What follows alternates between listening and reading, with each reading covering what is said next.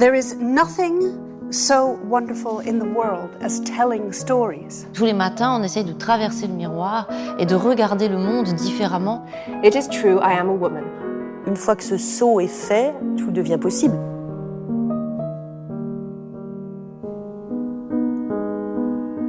Hello, I'm Charlotte Casiraghi. Welcome to the podcast of Les Rendezvous littéraires Rue Cambon, a place where we meet to talk about writing, to talk about books. Let's meet women writers who have just taken their first step, the most decisive, the most difficult in the world of literature. How did their vocation call to them? What are their writing rituals? Who reads them and what do they read? I'm Erica Wagner, and it's my pleasure to introduce Huma Qureshi and welcome her to Chanel's podcast of Les Rendezvous littéraires Rue Cambon. Writing is the lifeblood of Huma Qureshi. It's the only thing I ever wanted to do for as long as I can remember. I love that writing demands precision, that it asks something of me, she has said.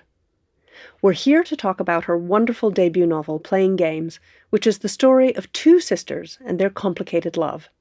It's also, as it happens, a story about creativity and how you draw work from life. Hana and Mira were born exactly 2 years apart. Hana, the older sibling, is a lawyer, a divorce lawyer, as it happens. She's married to Samir, and they're beginning to think about having children.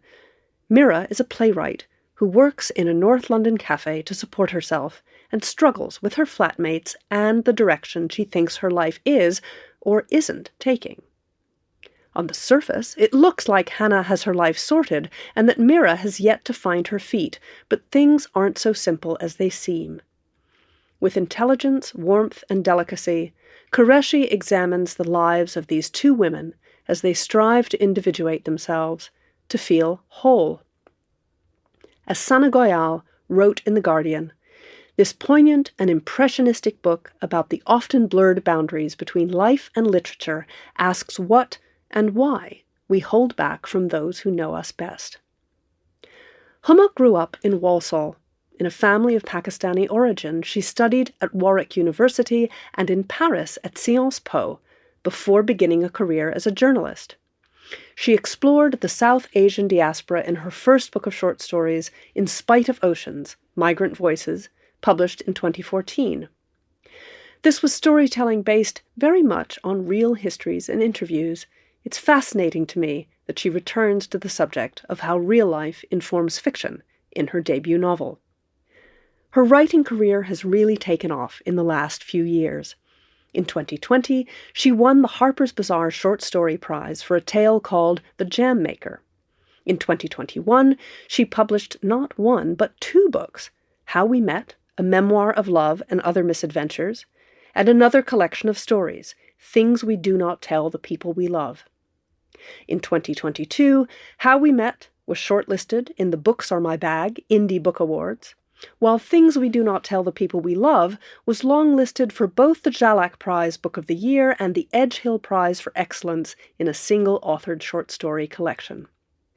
The process of writing fiction gives her liberty and fires her curiosity. I love the feeling of meeting my characters on the page, mostly women who don't have to be defined by what boxes other people put them in, she has said. I feel free to explore the themes that I'm drawn to again and again: loneliness, love, miscommunication, and fractured relationships. I'm delighted to be discussing all these aspects of creation and more with Huma today. Thank you so much, Erica. That was so moving to listen to sort of have that moment to hear you catch up on everything I've done, because I don't think I really realized that myself. I'm really delighted to talk to you about your achievements and your writing today. So I'm going to start by asking you about your beginnings as a storyteller. When we consider your vocation as a writer, you say you've always been one, but how did that vocation come to you as a young person? I think if you were to ask my mother that question, she would tell you that as a child I was quite precocious as a reader. And she would also tell you that apparently I wrote from an early age. Now, I don't have much memory of this as a 5 or 6-year-old, but I wrote books and drew pictures. And she famously told one of my book editors that my first book was a book about a rabbit who lost his tail. So I think as a very young child, there was that freedom of play and creativity that comes with writing that I think also risks getting lost with writing as you get older. And then as I sort of grew, in my teen years and approaching university, I was not necessarily writing anything remotely good at fiction. I only really started taking it seriously when I was at university and I was reading a lot. And it occurred to me that this was something that I really desperately wanted, but I didn't know how to get it. And so that's why I made, say, the career choices that I did, becoming a journalist, because I thought maybe that will satisfy the itch, but it didn't really. And it was when I was a journalist at The Guardian that I started taking evening classes in creative writing to try and explore that. And so I started taking these classes to sort of channel that, and then realized that actually maybe that form of learning was taking away some of that initial joy and creativity and play that I also desperately wanted to find. And so I started just writing at home for myself and exploring things without being told how to explore them. And I learned along the way sort of how to find my fiction voice or my creative writing voice as separate to my journalist voice. And so that was a whole process of kind of figuring out who I really was when I was writing as me. I know you've talked in interviews about your love of Virginia Woolf and Elena Ferrante and Elizabeth Strout. Are there any other writers you might mention who've been influential or who you just love reading? Oh, I absolutely adore and feel so much comfort and reassurance from Alice Munro's writing. And Anne Patchett is another writer that I absolutely adore, and Anne Tyler as well. So my 3 A's and Jhumpa Lahiri as well. I mean, my list could go on, but I guess the common theme, if there is one between them, is the fact that all these writers, they are so understated and unshowy in the form, but the language that they use as well, it's so simple and so honest and so full of compassion. And I think that's what I'm always striving for, is also what they write about is something that really speaks to me as well, because it's these quiet everyday moments that are actually really significant to that character in that moment. So yeah, I'm all about the kind of writing which is less about the plot in a way and more about the emotional inner journey and the inner lives and the quiet moments. In the context of those inner lives, in your earlier books, in Migrant Voices, in your memoir, you have talked about the culture you grew up in, Pakistani British culture. How do these cross-cultural influences affect your writing and your creative process? I think in the beginning, I thought that had to be the issue that I was addressing. And hence why my first book, In Spite of Oceans, it's very much about that, in quotation marks, immigrant experience. And I think for a long time, I thought that was the only way that I would be allowed to write, if that makes sense. But at the same time, I couldn't not address it because it was also part of me. And I think I definitely feel more confident to actually shake it off a little, because though my background is always going to be a part of me, I feel like it doesn't necessarily have to be announced on the page. And I think my natural interests as a writer are in these very kind of universal themes of, as you so beautifully said in the introduction, fractured relationships and love and miscommunication. And all of that, I think, can exist without necessarily being couched in terms of identity.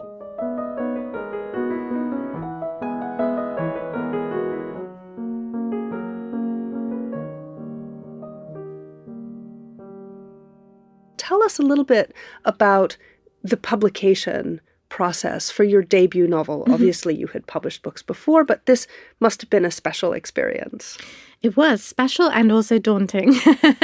The reality of that was that it was the end of 2021. I think we got back into a lockdown.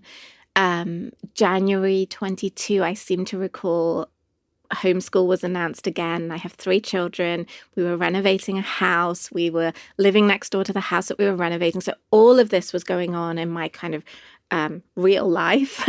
And in my book world, I had this book that very desperately needed to be written. And so I didn't do an awful lot of planning. And a lot of it was simply instinct. And intuition, which is how I knew how to write. Like, that's how I wrote my short stories. It was always kind of based on this feeling.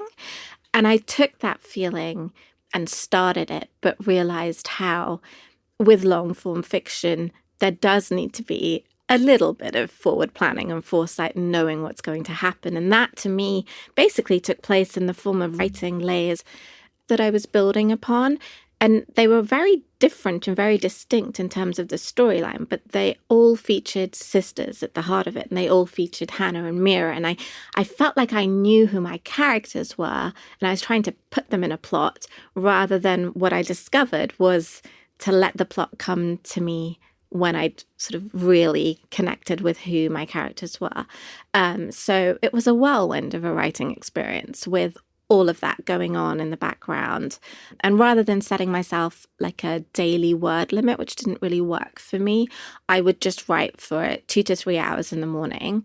And that would be my writing day. And then I was able to split myself between my other various responsibilities. And as the story, as one draft is finished and then another draft is finished, then I think for me, at least, the process gets quicker. And I enjoy every process that comes after the first draft. The editing, the language, the spending the time with your sentences and perfecting them. And yeah, I was able to do that over the summer. And then we got to where we were. Wonderful. Why don't we hear the first page? Lovely. Mira is sitting on her unmade bed with her back against the wall, her laptop balanced on outstretched legs, ankles crossed, twirling a piece of her hair around her finger.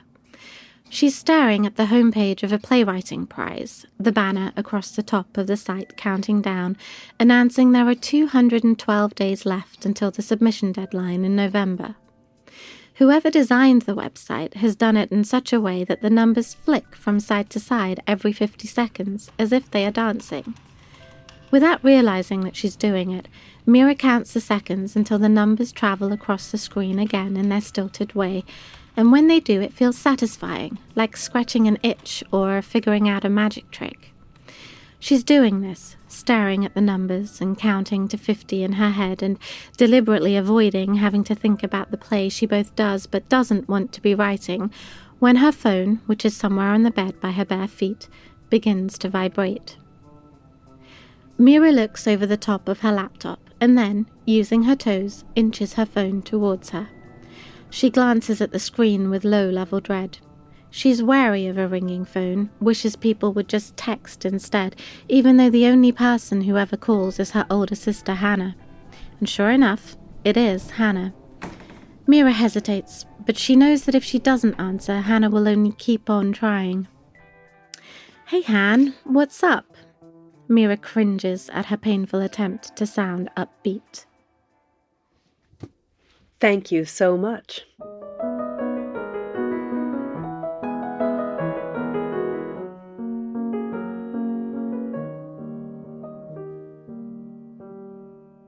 You talked a little bit about your routine of writing, at least for writing this novel. You also run workshops and coach other writers.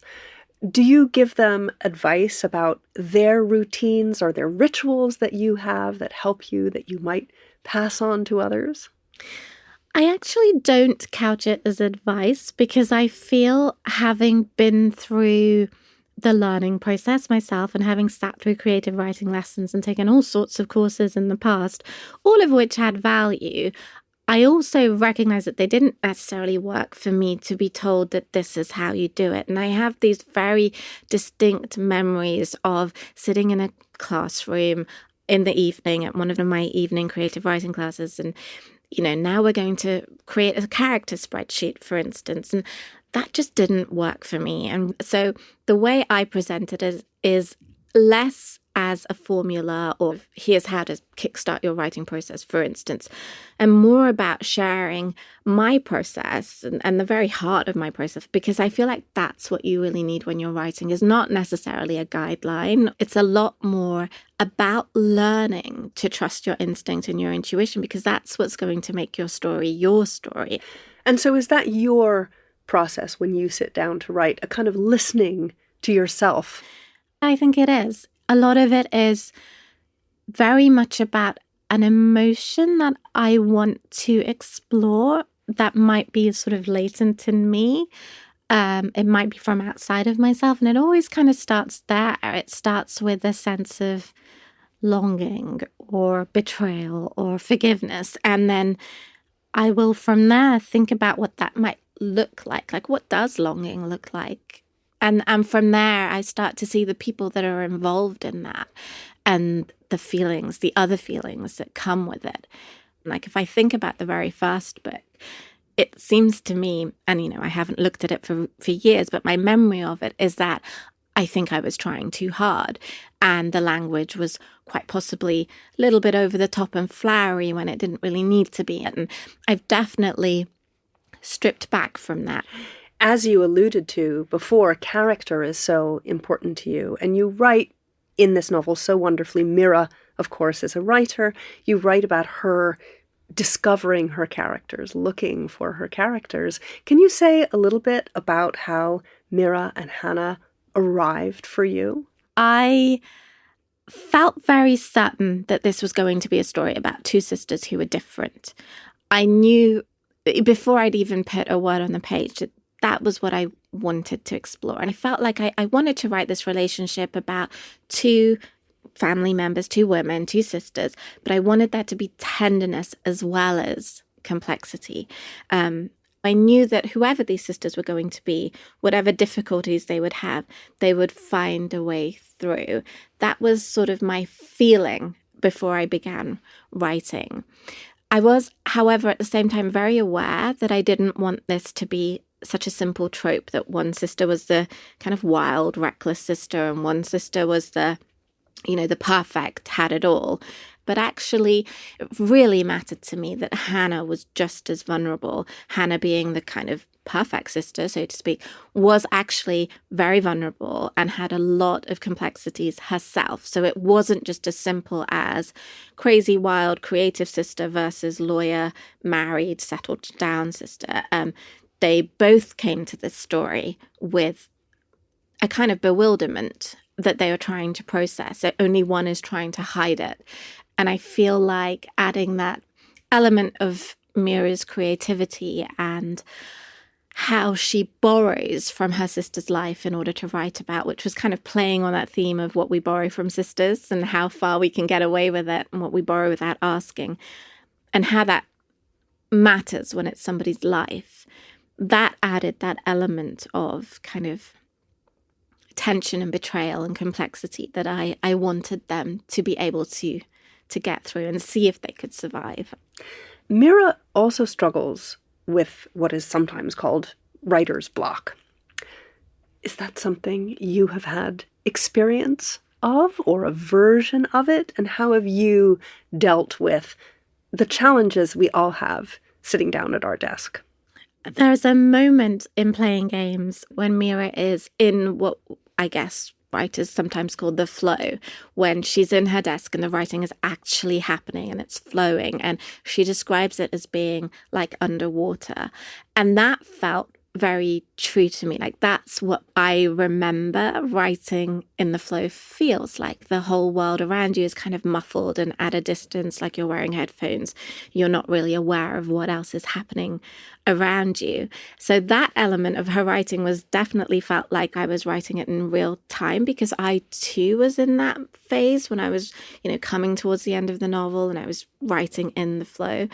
But that said, I had also been in Mira's position where I had a deadline to write a novel and I knew it was going to be about sisters, but I didn't know an awful lot else. And I had that panic come over me. So for me, it's more of a panic than a kind of writer's block, so to speak.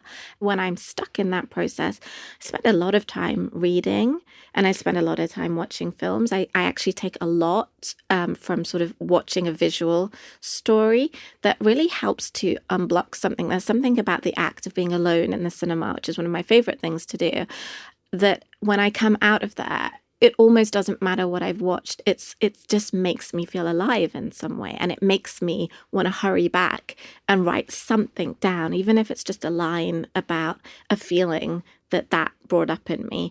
All those little things. Do you have a first reader? Is there someone who always looks at your work first and gives you a steer or helps you out? How does that work for you? I've never usually shown people my work before I feel like it's worth something. So when I was writing in my early days, writing short stories or, for myself or whatever, I never really showed them to anyone. And my way of showing them to people was when I got to a point that I believed in myself and I believed that maybe I was hitting the kind of tone that I wanted, and I felt the emotional barometer of the story resonate with me. When I felt like possibly objectively it was worth something, I started sending them into competitions, which is how I entered the Harper's Bazaar Prize, for instance. And that was my way of gauging whether or not I had it in me to write. So that was like my first experience of sharing my writing. And now I'm lucky enough to have my agent and my editor, and I will send my agent my work before I show it to anyone else. But even that requires a certain degree of convincing that it is the right time to show her. I feel like the more you write and the more experienced you get in that process, the more you can judge your own work a little, and then you know when the time is right to bring someone else in.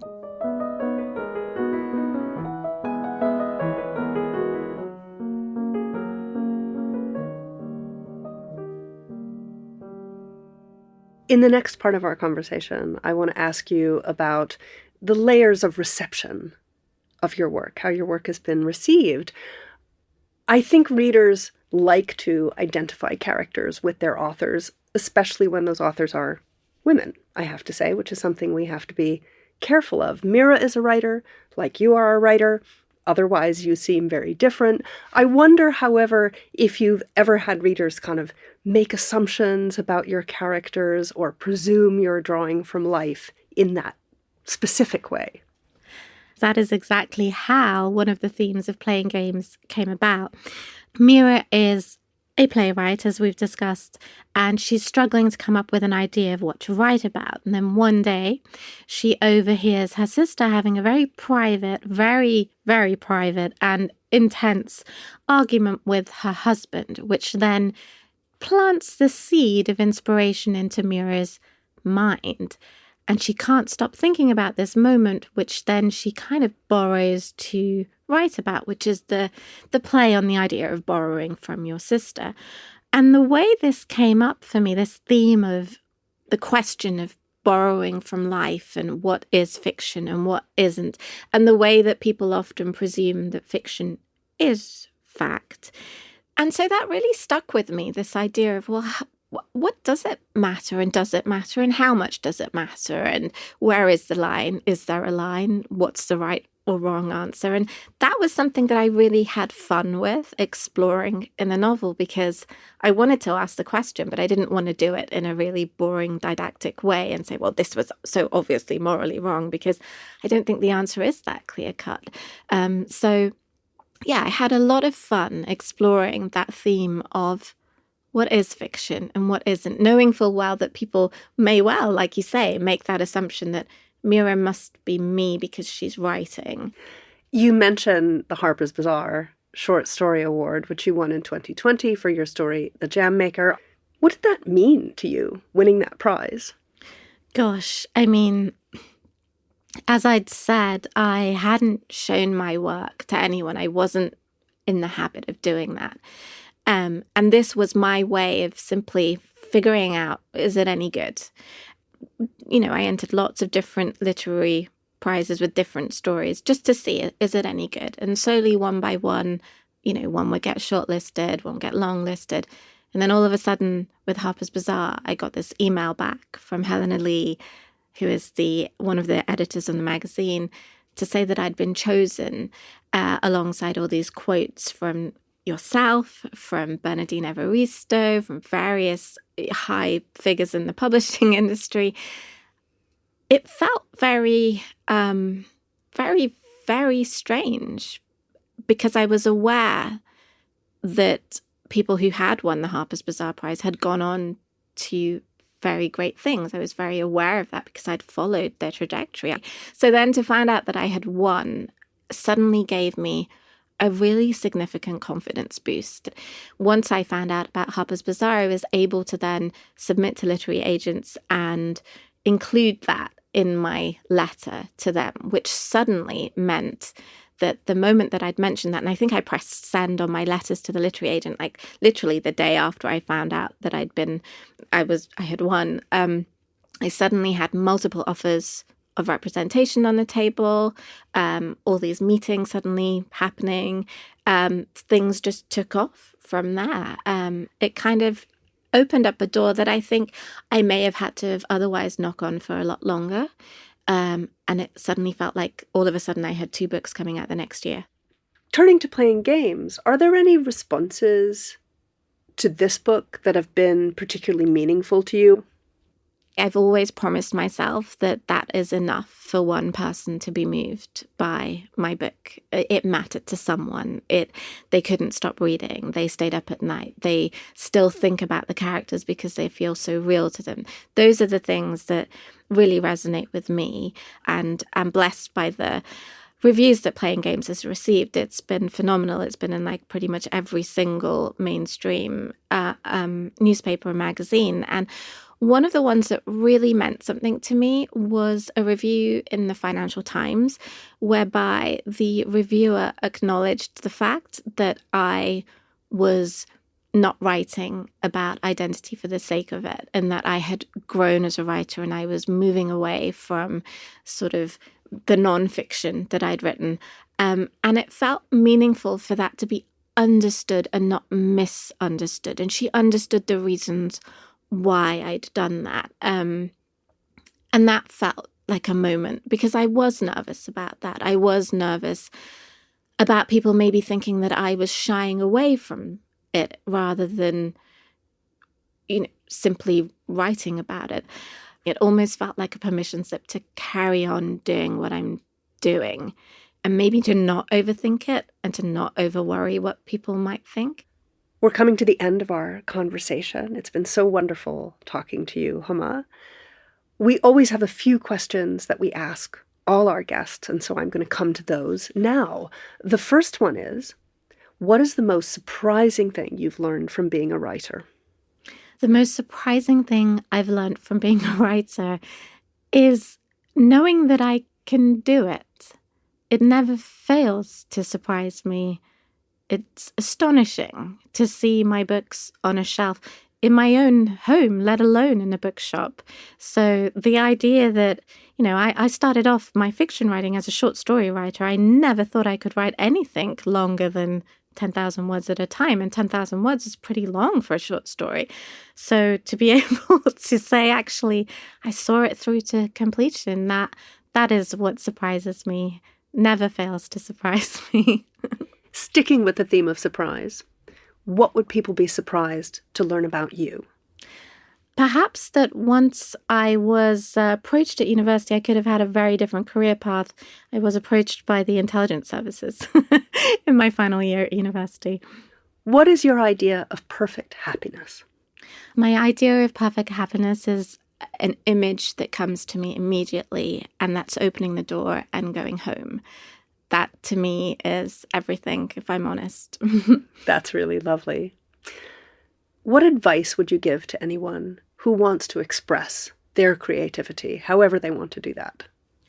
I would say, and I know it's really easy to say it when you've kind of been through it, easier said than done, but I would say, try not to think about everyone else on the other side, and you do it for you, and it doesn't matter what comes of it, you just do it for you.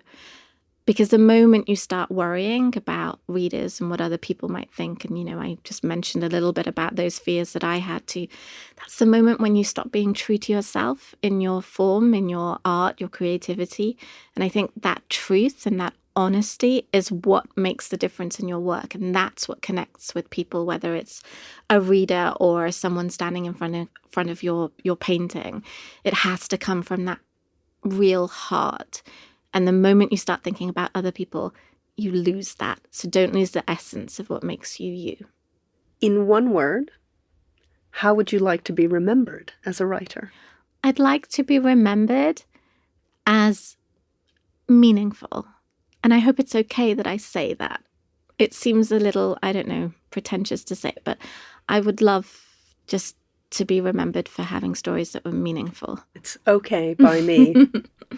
And finally, if you can say something about this, what would you like your second novel to look like? Oh, I'm actually very excited about the prospect of starting again.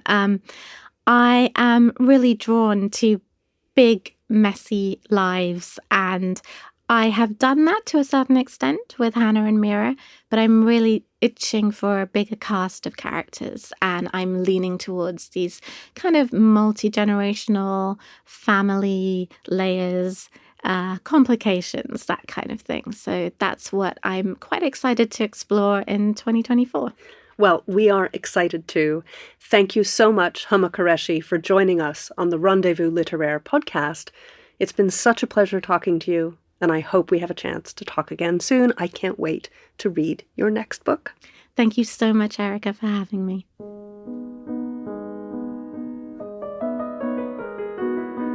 Thank you for listening to this episode of the Rendezvous littéraire Rue Cambon podcast. To discover more about it, you will find images, links, and references on the Chanel website. À bientôt!